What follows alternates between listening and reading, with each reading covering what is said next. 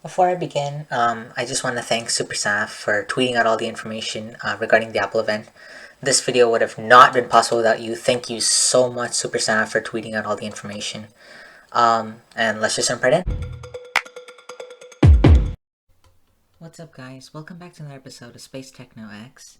And today we'll be discussing about the Apple event. So, as you know, right now, the Apple event just ended about an hour ago. I know this video may seem a little bit rushed. Don't worry, I already have all the information. And this video is just going to be a little bit of a recap as to what we saw in the Apple event and also my reactions to, because some of them are pretty, like you could say, eye opening. So, the first thing which they introduced was a purple iPhone 12. And that was the thing which kind of made me shocked because I've been following recent leaks and rumors. We've been hearing about AirTags, possible Apple TV, new iPad Pro, stuff like that. But we didn't hear once about a purple iPhone 12. So that was pretty interesting, to be honest, and I kind of got a little bit shocked. But I think it looks nice. Looking at the photo, I think, especially uh, the the background as well, it looks pretty good. I think honestly, it probably would sell. I know a couple of people who would love to buy purple because it's their favorite color, and I guess Apple just did it just to expand on the revenue of the iPhone 12 because they did see that it was off the charts in 2020 and also in 2021 as well. Uh, so the next thing was this thing called an AirTag. And for those of you who haven't been following recent tech news, an AirTag is just basically something which lets you keep inside of your purse. And if you were to lose your purse, you can just use the app Find My on your iPhone or iPad, and you can just track it and you can recover your purse or like whatever else you're gonna put the AirTag inside.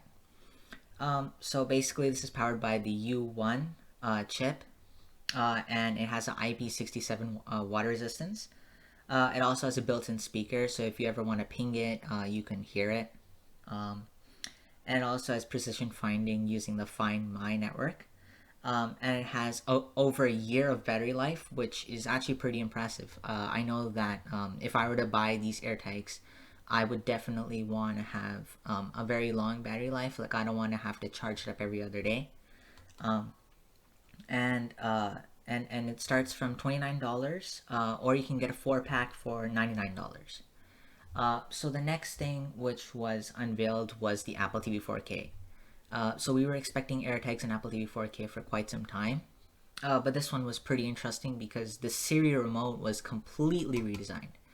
I'm not exactly so sure as to why Apple did this, but I think it was just a, um, I think they just wanted a new design and stuff like that. So it's powered by the A12 Bionic chip, and it has a 4K high frame rate HDR, and it also has color balance with iPhone, and it also has a brand new Siri remote, like I mentioned, and it also has Wi-Fi 6. So that's just better for Wi-Fi, so it won't be using old technology like Wi-Fi 4 or something like that. So you can buy the 32 gigabytes for $179, and you can buy the 64 gigabytes for $199. But keep in mind that all of these prices are in the US. So if you're living somewhere up north like Canada, or if you're living somewhere across the world, like wherever you live, prices will obviously be different because of exchange rates and stuff, and not to include tax as well. And to keep in mind that AirTags and also Apple TV 4K will be available in the second half of May, and you can start pre-ordering on April the 30th. So the next thing was the new iMac, and I think this was the thing which kind of blew me away the most because obviously we knew it was going to be powered by the Apple Silicon M1 because they were doing that gradual transition over to everything Apple Silicon. They didn't want to use Intel anymore. So now the thing which kind of shocked me is that like the most highest model of the iMac is 21.5, but then they extended it to a whopping 24-inch, which is actually pretty crazy, and it's really big. I own a 24-inch monitor and it is huge. And this is 4.5K Retina display. I'm not so sure as to like whether the 4.5 will make any difference versus the regular 4K, but I do hope it would be better. And it is only 11.5 millimeters, So it is way more thinner than their previous 21.5-inch iMac. And it also has 7 color options, including white. You could see this. It's like a mixture of green and blue. It's not exactly greenish. Think of it like a mix of green and blue. Let's just call it like something lighter than army green. And then you have this really rich blue and also really rich red. You also have this pink and purple as well. So there's many colors to choose from. Um, and it has a 1080p FaceTime HD camera, which is good because I used an MacBook Air, like which was really old, and that had 720p, and the quality just wasn't good at all. So I'm glad that they upgraded the FaceTime HD camera because these days everybody's just doing Zoom calls and Google Meets and stuff like that. So it's absolutely great because we need good quality cameras. And this has 6 speakers with Dolby Atmos, so that'd be giving you much more richer sound, which is actually really good. And it'll be having up to 4 USB-C ports, in which 2 of them are Thunderbolt, and it is powered by this brand new magnetic power cable. So think of like remember the old MacBook Airs and how they used to have the little MagSafe thing? It's basically like that, but except it's just circular. And obviously it's going to be with macOS Big Sur. And what's also pretty interesting is that they're brand new keyboards. So if you were to upgrade from just the standard Magic Keyboard, you would also get Touch ID on the button. So think of like a MacBook Air, like the new one which they released last year in the fall, where it had the Touch ID sensor at the top right.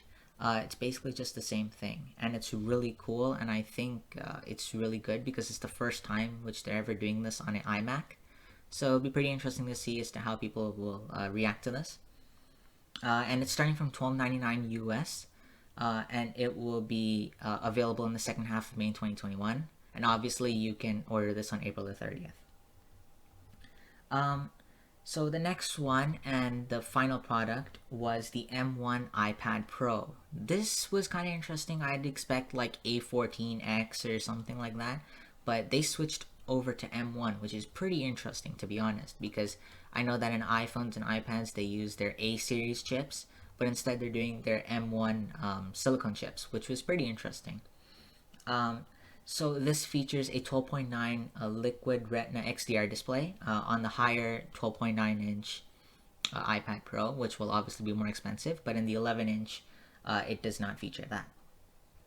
So the peak brightness is 1600 nits of this iPad Pro, along with the iMac as well. It also peaks at 1600 nits, which is really good, especially like let's say if I'm working out in the sun. It'll be very good. And it is only 6.4 millimeters, so that's a pretty thin iPad. Comparing to my iPad is pretty thick. Like 6.4 would be much more thicker. Anyway, so this is like I already mentioned, this is powered by M1, and this has a primary camera. So it has the main camera, but it also has the ultra wide. So think of like the iPhone 11 or the iPhone 12 type. And it also has LiDAR as well, so that'd be really good for AR and other types of stuff like what uses the LiDAR sensor.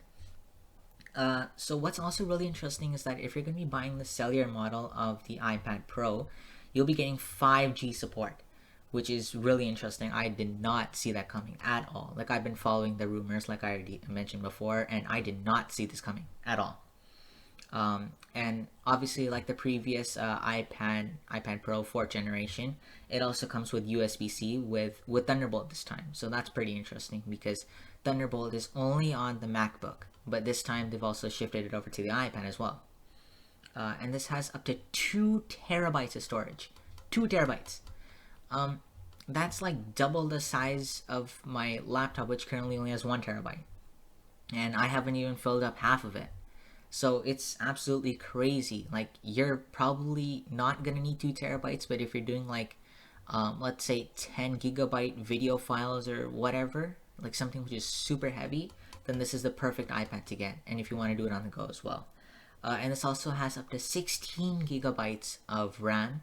And we already know that iPads are super fast, so having 16 gigabytes of RAM would just make the speed go even more faster. And this is starting from 1,099 USD. And you can also order this on April the 30th, like just like everything else, and it'll be available in the second half of May 2021 as well. So this basically wraps up the video. So this is what we saw. So we saw the purple iPhone 12. We saw AirTags. We saw a brand new Apple TV 4K. We also saw the brand new iPad Pro, and also a completely redesigned iMac as well. Thank you very much for watching. Please consider subscribing and sharing this video with whoever you know. Let's try to increase the video viewage a bit.